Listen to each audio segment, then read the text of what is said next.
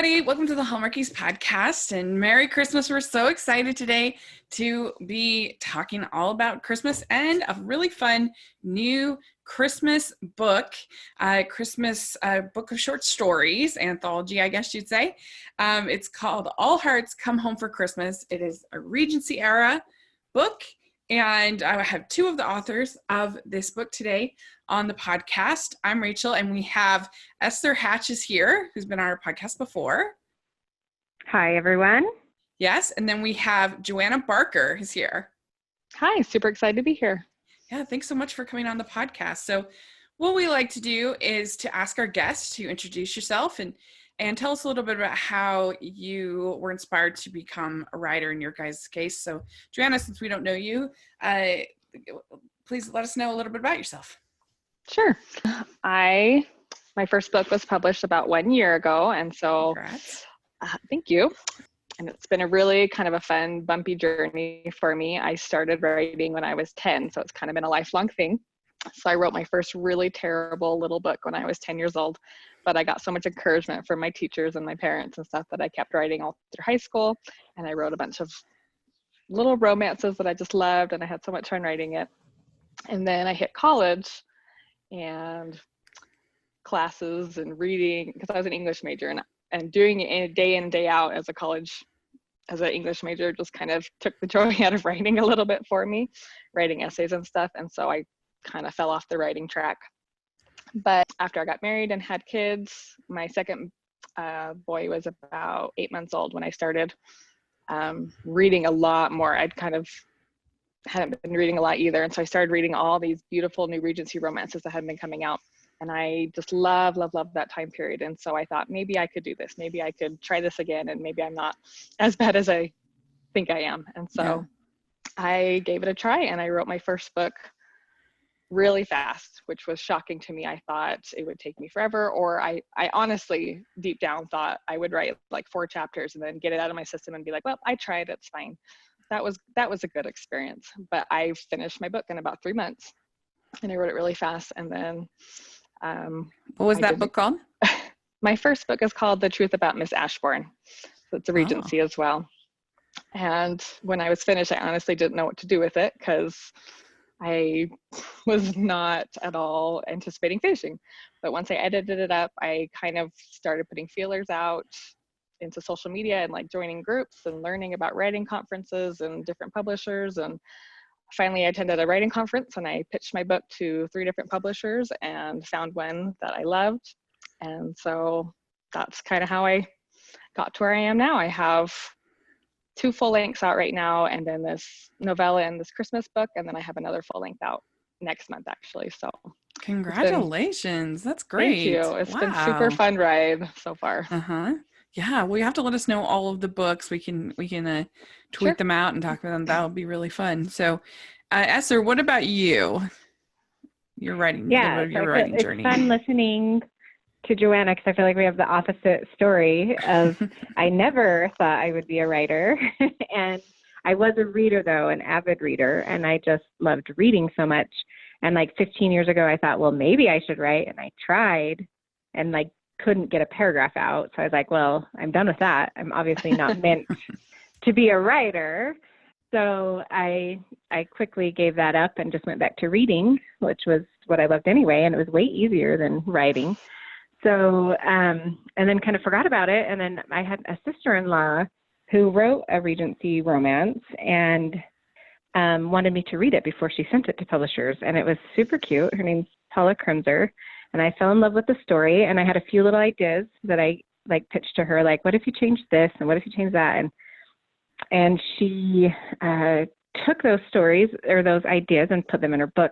And for me, that was like an extremely powerful moment. It was the first time I've ever read a book that I loved, but was able to change a few things in it, which made me super happy. Like, oh, I changed a book, and it did go on to get published, and it was in print, and my ideas were in print, which was so fun for me. And together, she with her other sister started a writing club so they could keep their writing going, or a critique group. And I really wanted to be part of the critique group because I love this. It's called beta reading, when you read a book before it's published. And I wanted to beta read what they were writing, but they said in order to be part of it, I had to write. So I was like, oh, I guess I'll take up the pen, And so I started writing, and I took 2 years on my first book, which is a young adult fantasy, and it's a complete mess still. But the day I finished it, I realized I did not want to go back and fix it because of all the work that would be. But I did. I kind of caught the bug at that point. And during those 2 years, I, like Joanna said, attended writing conferences. I was watching things online about how to write and reading books about writing and about the different eras. And during this fantasy, I realized I actually just really loved the romance more than the magic building and the world building. So I was like, I'm going to stick with romance. I'm going to write 1,000 words a day and write a book a lot faster because I knew I couldn't do 2 more years. And I was like, if I write 1,000 words a day, I can write a book in 2 months. And so that's what I did. I got it done in 2 months, but not edited. So it took me 2 more months after that to edit it before it was ready to send to publishers. And I was fortunate and got signed with the same publisher as Joanna, and it's been just wonderful. They know just how to get the right crowd for the books I'm writing. So I just think that's the funniest story. Like if you're ever having to teach your kids about peer pressure, just be like, don't give in to peer pressure unless it's to write a book. Then unless it's for a good thing, yeah, then it's okay. Yeah, really everyone great. else was doing it. I guess I'll write. Join in. Exactly. That's really cool. Well, very good. So let's talk a little bit about, for people that don't know, Joanna, why don't you explain a little bit about what is a Regency novel? Some people might not understand what that means. Sure. So the first thing I tell people when they ask what I write is I tell them I write historical romance. And if they have more questions, I give them Jane Austen as an example. So Jane Austen was the mother of Regency romances, I guess.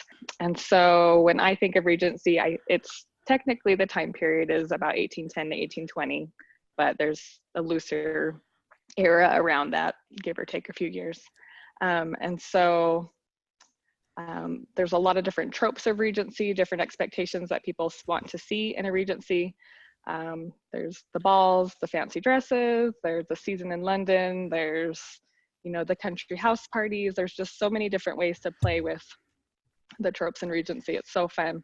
And of course, there's like the societal expectations of, propriety and gentlemen being so chivalrous. And I think it's so fun to play with those rules and those boundaries and see what I can get away with and see how much fun I can have with them. So that's usually how I explain Regency. Yeah. What do you think, Esther, as far as Regency and its appeal? I think, for me, Joanna really hit on it. It's the societal expectations. And when suddenly you flip that on your head and somebody's doing something they shouldn't, it creates these fun situations, a little bit of drama, some comedy.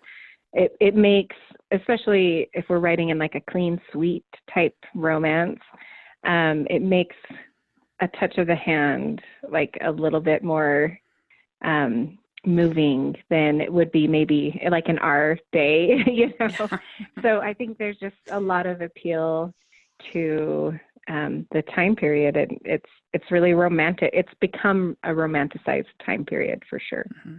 Yeah, I just think when I think of Regency novels, I think of very dishy novels, not necessarily eroticism by any means, but just like, I don't know, just really but romantic tension, and like dishy. some sexual tension going on. You want to feel it, yeah.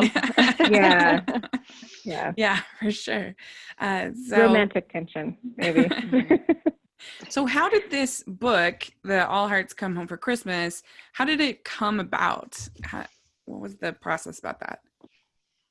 So our publisher does this every year. They've done it for I think this is the 3rd year they've done it. So they collect some of their historical authors and they approach them to ask them to write a Christmas novella. And so I think they emailed me last summer about this project, and I said yes right away. I didn't even know who was doing it at that point. And then when I found out it was Esther and Sarah and Anita, I was super thrilled because I love them all to death. And I'm super big fans of all of them. And so it was really a dream come true to get to write with them. I I kind of get to be on my dream team with them. So it's been really fun. That's great. It Is it always, really was exciting. is it always a Regency or just historical? I think it's been all Regency so far. Yeah, so far it's been Regency. Yeah. So you were pretty excited, Esther? Yeah, I was just going to say, I also just agreed without finding out who the authors were. And I don't know if they ever told me, but Joanna, like, messaged me and she's like, do you know who the other authors are? And I was like, no. And like, it's Sarah Eden and Anita Stansfield. And I was like, oh my goodness, this is such a good opportunity. Joanna and I are both fairly new, but those guys have been writing for years and years and just have this great fan base. So it's been awesome. We're kind of riding their coattails a little, but it's fine. It's good. A little. Hey, I think all the stories are, I think you held your own. Let's just put it that way. Well, thank you. I do.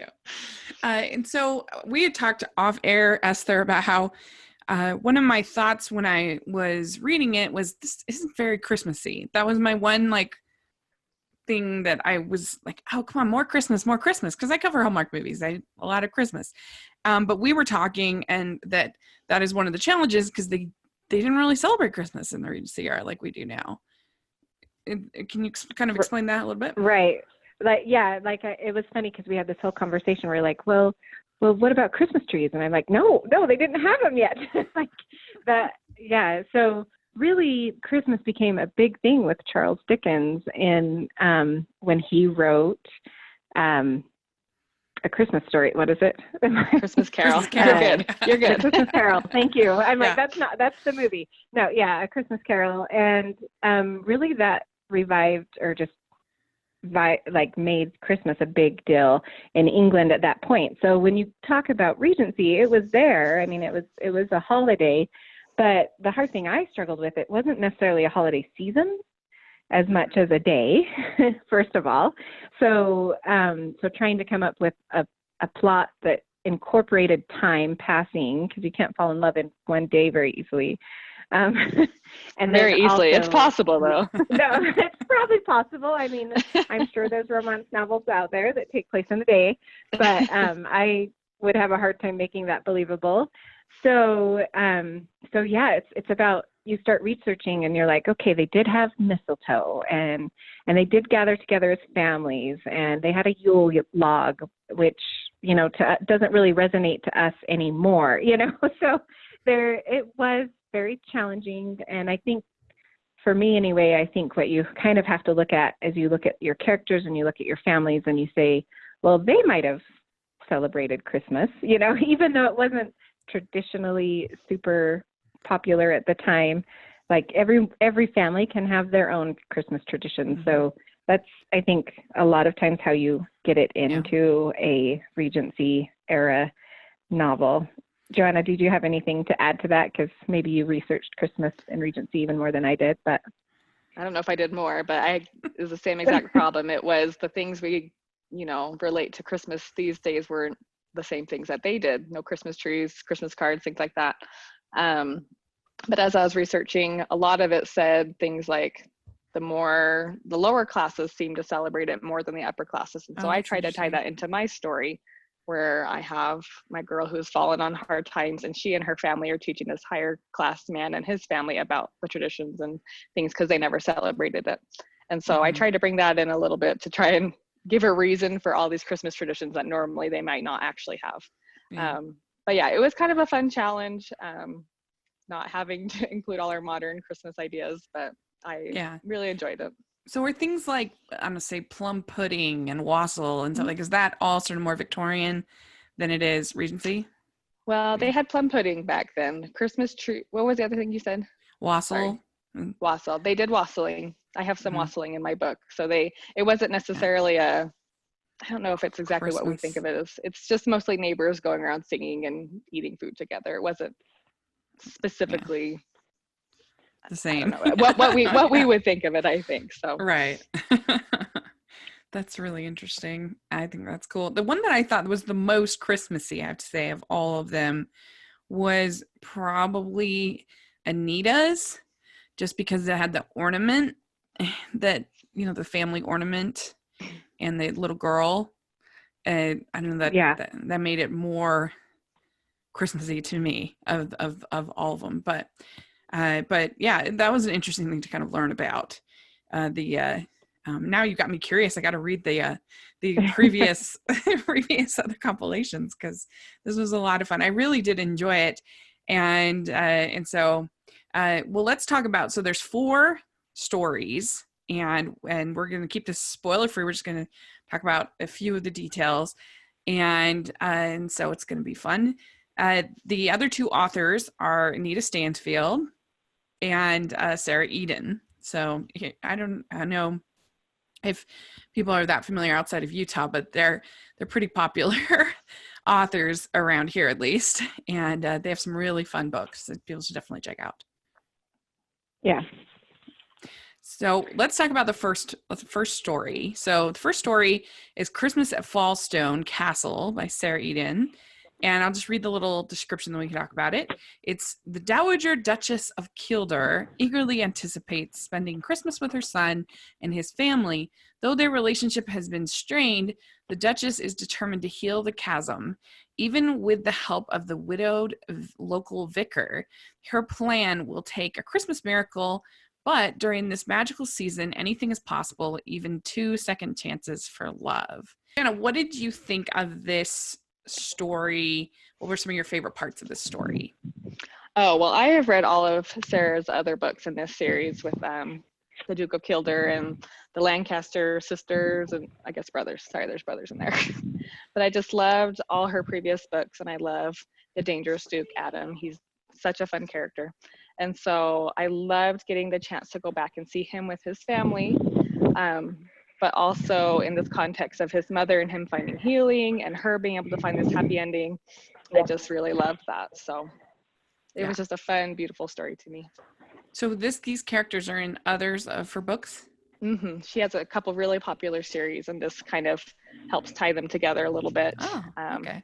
Yes, so I highly recommend them.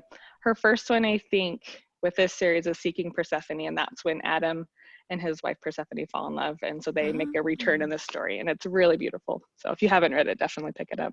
Oh, I haven't. That sounds really good. That's my favorite. She was a fun character. Of this series. Persephone. Yeah. What was your favorite parts, Esther, of this story?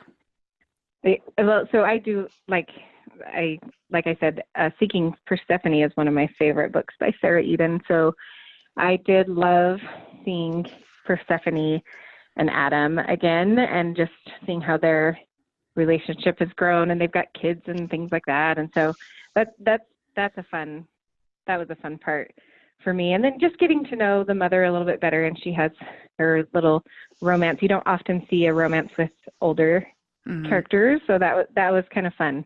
But for me, like, really the sparkly moments were still Adam and Persephone. Yeah, it was good because I think she kept him from being too unlikable, too bitter, too much of a Scrooge character. You don't want that. So it kind of humanized him, I think, a lot, having Persephone's character. Yeah. Mm-hmm. He's like a comical Scrooge. Yeah, kind of. A lovable comical Scrooge. Yeah. And the vicar was sweet. I enjoyed that. Super sweet. They were really, really cute together. Yeah, and there were some nice little dishy scenes, like when they have their first kiss, that whole scene out in the snow and everything. And that was fun. And the end, the proposal, I guess that's spoiler, but that was really nice. Spoiler. They get together. Right. But I thought it was a fun little story, even though I didn't know the characters from other things. I still enjoyed it. And I liked Persephone's kind of sass. She was fun. Kept him from not feeling too sorry for himself, which I liked. So that was fun. So then the next story is The Heart of Christmas by Anita Stansfield. And this one might have been my favorite. I liked it a lot. I thought it had a nice emotion to it. The summary is, when a chance meeting brings together a gentle seamstress and a widowed banker, each lonely soul finds a first hint of hope. As their lives become entwined, it will take Christmas spirit to guide a broken family to love and healing. And I really liked the chemistry between the seamstress, I forget her name, and the banker. And, he's kind of, this one is the most Hallmarky for sure of any of them. And the one is probably why it's my favorite. They, kind of get to know each other, and just these little scenes of her like cooking for him, because food is love in Hallmark. And and also loved the aunt, and kind of her scenes kind of helping with her and interacting with her. And you could see if this was made into a movie, like him doing tons of good smolder. Oh yeah. Because my favorite thing in Regency movies, at least, is the long British smolder. Oh yes, we are familiar with that. That makes for a lot of really good memes, right? And gifts. Yeah. I mean, Colin Firth I feel like he kind of invented the the long British smolder, but or at least perfected it. He is good at that. Yeah, it's so good. It's like, in real life, I think I'd be super weirded out anyone staring at me as much as they do, but I love it in the movies. It's so good. So yeah, what was your favorite part, Esther, of this story? What did you like? So when I was reading this, you can't help but read as an author a little bit, and I just like, as I was reading, I was just like, Anita really knows what she's doing. Mm-hmm. I loved the imagery in this, the hearts, and I don't want to do too many spoilers, but those ornaments you were talking about, and I agree, like this one to me felt, when I read it, I was like, this is a Christmas short story. And the imagery outside, the snow, the cold, the ornaments, and just like the healing that came to this particular family, and how that's part of Christmas too. So that was kind of my favorite. And I really liked their romance too. Like I definitely got a little bit of flutteries read it when they kind of got together, and which is funny because I feel like there weren't a ton, like you said, there was cooking for him and taking care of him, and there weren't like dances at balls. There were, like not some of the more traditional Regency things. It's true. But for some reason, like you just, right from when they meet, you're like, oh yeah, I want these two to get together. Yeah. so I really enjoyed Anita's as well. Yeah, it was really. What did you like about it, Joanna? What's your favorite? Oh, I love the whole thing. I was just gonna mention it's really funny that both her story and my story featured seamstresses, because we didn't plan any of that. We didn't really plan it. We didn't like run our stories by each other before. We just assumed we'd be fine and wouldn't have overlap. But we both had seamstresses. So I was a little worried at first until I got to read hers and realized that both our stories went in completely different directions, and hers was so beautifully written. Loved how she came into this home and like saw that it was broken and needed healing, and she just set to work doing that. Yeah. Kind of remind me, I love the television show The Nanny. It might seem like a weird comparison, but I think the spirit of The Nanny, with her coming into this widower's family with kids that are kind of a mess, and kind of rescuing the family and bringing the heart into the home, is, I think, kind of a similar dynamic in it. I guess you could say Sound of Music is basically the similar dynamic too, but it almost always works for me. I love it. Yeah, or Mary Poppins maybe. Oh yeah. A little bit of Mary Poppins in there. Yeah, definitely. That's very true. So very good. Okay, so now we get into Esther's story. This is very exciting. It's 'Tis the Season to Be Daring.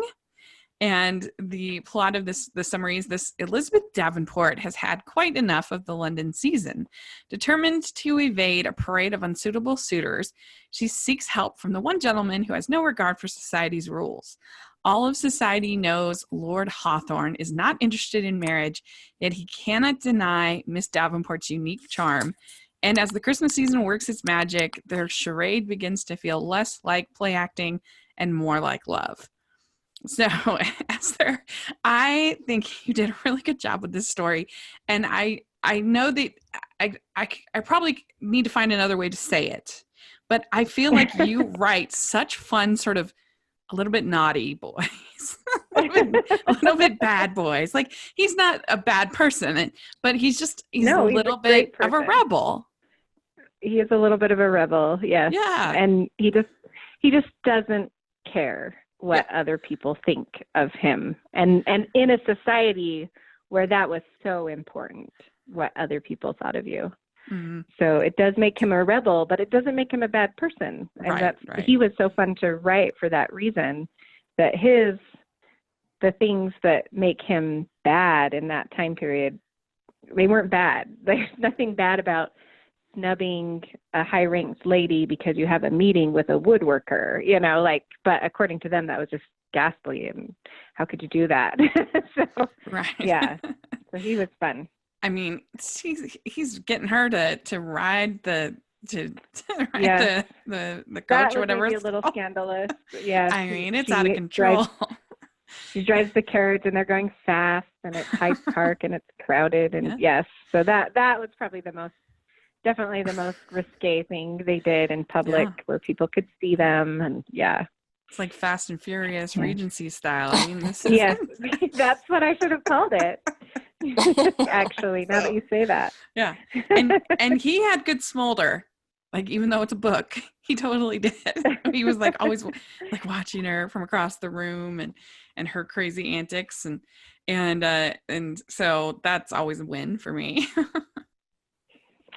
Yeah, I try my best at the smolder. You did a good job. Now that you say it, I'm like, I'm going to have to make sure I get more smolder in these books. But yeah.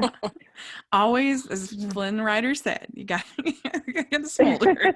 I do love Flynn Rider, so yeah. Too. And I really enjoyed that. And plus, her just being kind of a rebel of her own as well. But it was she had a modern spirit to her, which is always fun in these Regency novels. We can kind of, and not so much that it didn't feel believable, but who can't love a fake fiance base or fake relationship, whatever plot. Yeah. And like the way that her mother couldn't really complain about it, but she would find these ways to sort of, I don't know, undermine it. It was very fun. And so I really enjoyed it. You did a good job. Yeah. One thing I loved about Elizabeth is, like, you call her a little bit modern, and she's daring and she's breaking the rules and things like that. But the thing that I loved about Elizabeth is, in this book, she's doing that. But her personality is very much like, I want to be at home. I want to be with my sister. I don't want to be out in society. So she was kind of like Lord Hawthorne, in that she wasn't particularly fond of society either, but she wasn't a wild, crazy person, but she becomes that. She lets go of some of her inhibitions when she's around Charles. But I kind of love, like, their pairing. You've got Charles, who just doesn't care about anything. And then Elizabeth is kind of, I wouldn't say she's quiet, but she is a little bit. She's a little bit quiet, and she wants to have a home and a family, and that's where they kind of come together too. Is that's what both of them are looking for, and in a place where prestige and matchmaking is more important than having a good family, happy family life. So, Joanna, did you have a favorite part of this one? Oh, well, I was going to say the carriage riding scene, the carriage driving scene. You already kind of covered that. I really thought that was just super fun, and I love that it kind of turned that. I don't know, because there's a expectation in Regency where they go on a ride. They go driving together. The man comes and asks her to go for a ride, and she kind of gets to have a little bit of fun on it. So I really love that scene, and then just the last scene where they. Spoiler, get together. There's a romance, right? I just thought it was so well written, and just the whole thing just made me laugh, Esther. It was such a fun story. Yeah, it was a very dishy read. It was really fun. I very much enjoyed it. Okay, last one is The Christmas Dress. And the summary is, seamstress Nell Addington is thrilled when her childhood friend Jacob Hammond commissions a dress for his sister. But when Nell realizes her feelings for Jacob run far deeper than friendship, an unexpected snowstorm and some holiday cheer may convince them both that love is worth fighting for. So this was really cute. I love the kind of everybody stuck in this sort of house and the back and forth, and that definitely has a little bit of a feel of Pride and Prejudice, when Jane gets sick. Yeah. And that kind of thing. So that was really, really fun. And there definitely was a feeling on the part of Jacob where it was like, why did I ask her to make this dress? Oh no. So and she was a very sweet character. Just, that's the best way I can think to describe her. She was just very innocent and very sweet, I think. And I liked their dynamic together and her relationship kind of with the sister as she's trying to get her to, like, she's like, could you try red? Maybe red. Something a little different, please. Something with color, please. Yeah. That's good. I liked that. But how did you come up with this story? So this story has actually been in my head for a long time, and I couldn't decide if I wanted it to be a novella or a full length. I really love taking a character that has been, I don't know, in reduced circumstances or has to work for a living, and kind of finding a way to help her find her happy ending. So my first story, The Truth About Miss Ashbourne, is about a governess and how she falls in love. And my second story was about a lady's companion. And so back in the day, there were only a few like respectable jobs you could have if you were a single woman. And governess, lady's companion, and seamstress was pretty much the basis. And so I was like, I need to round that out. So I need a seamstress. And so I had this idea of her being commissioned to make this dress for his sister. And the first scene was really easy to write and it was really fun. And then I kind of got to the point where I was like, how do I keep throwing them together? She can't keep having fittings over and over again. So that's when I decided she needs to get stuck at their house for a little bit. So that might be a little bit of a spoiler. But anyways, there were so many fun scenes that I was able to work into this. I don't write a lot of wintry books. So yeah, and I like when he's going into town and he's like pretending it's not for her. I love that part. Like, that whole thing was really good. So you're here. Why are you in this dress shop? He's trying to be sneaky, but she sees right through him. Yeah, he's not really very good at it. No. Or at least we all know. Yeah. We all know what he's doing. Exactly. That was really fun. What for you, Esther? What did you think stood out? What was your favorite part of this one? So I did love the beginning scene. I thought it was so cute. It's just a great way to start the novel. I loved building a snowman too. And I think that's one of those things where I'm like, it's neat that she was able to get something kind of that we relate to into the novel, and that she's teaching him, and it's a cute moment of them bonding together as they do that. So those are probably some of my favorite parts. And just I do love the family relationships too, like the healing that happens with him and his sister. And I love that she's like a catalyst to make their relationship even better and just their lives better. Mm-hmm. Well, and that's a very big thing in a lot of these Regency novels where it's like the two have kind of grown up together, thinking like Mansfield Park or something like Wives and Daughters, or which I guess is later, but that kind of a feel of a story where, in Mansfield Park, they've literally grown up together. And then all of a sudden, usually it's the guy who's like, oh, she's actually pretty. I really like her. Yeah, I love the friends to lovers trope. It's so fun to play with. Yeah, for sure. And when you think about it back then, it just like, how would you get to know people otherwise? Like they didn't have, let's go away to college and you meet with hundreds of other single people your age. So I think that's partially why, these house parties and things that we talked about before, or your neighbors that suddenly look a little better, like that was their small, except for the London season, which was kind of like going, I guess, to college and meeting a bunch of single people. But yeah, their worlds were smaller than ours are. Mm-hmm. Yeah, and it was all sort of more formal too, as far as being in society. You would officially start courting someone, and then you would, that kind of thing. There were a lot more rules than there are now as far as dating. So yeah, definitely. Yeah. So that was different. But it was a lot of fun. I really enjoyed it. I really enjoyed all 4. I thought they were great. I think you guys did a really fun job. And so this is definitely something I recommend if you're looking for a fun, dishy read for the holidays and to get some romance. And it's just short stories, so it's not that big of a time investment because now we're all so busy during the holidays. And so you can just read a little short story. And then it's also available on, is it just audio CD that it's available? It will be available on Audible, but it just isn't quite yet. Oh, okay. Well, probably by the time this airs, it should be on Audible. Okay. If you have Deseret Bookshelf, that is another thing, kind of like Audible. It's available there to listen to. Cool. And Kindle, yeah. Great. Or Amazon, you can buy it there. Yeah. And we'll have links in the description for all of that, and you can check it out. And that's great. So do either of you have social media at all that you want to share, or anything? Is there social media at all for the book that you want to share, or anything like that? I don't think there's anything specific for the book, but I have Facebook and Instagram. So if you just search author Joanna Barker, I should show up. Great. And we'll have a link for that in the description also. Do you have any social media that you'd want to share, Esther?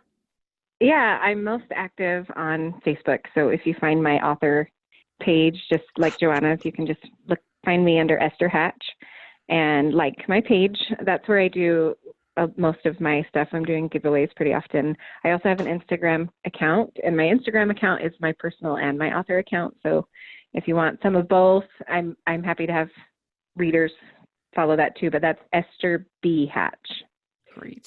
Great. Well, like I said, I'll have all that down below, and you can follow me at Rachel's Reviews, all of our social media, and on iTunes and YouTube. And you can follow the podcast at Hallmarkies Pod, all over social media, and on iTunes and YouTube. And also, if you're watching the video, this podcast, this interview, you can get, I'm wearing one of our awesome Jessica Miller designed shirts, Hot Cocoa Overload. And those can all, her designs can all be found on our merch store, which is really fun. They're not Hallmark specific. They're just Christmas shirts. And I really love them. And so if you want to support the podcast and get a really fun Christmas themed shirt, check out our TeePublic store at TeePublic/Hallmarkies. And check that out. We'll have a link in the description for the merch store. We also have our patron group that we have so much fun, and it's only $2 to become a patron, $5 a month to become a part of the Facebook group. So lots of fun stuff going on. Hope you all are having a wonderful Christmas season. And thanks so much, ladies, for coming on. I really appreciate it. Of course. Thanks for having us. Yeah.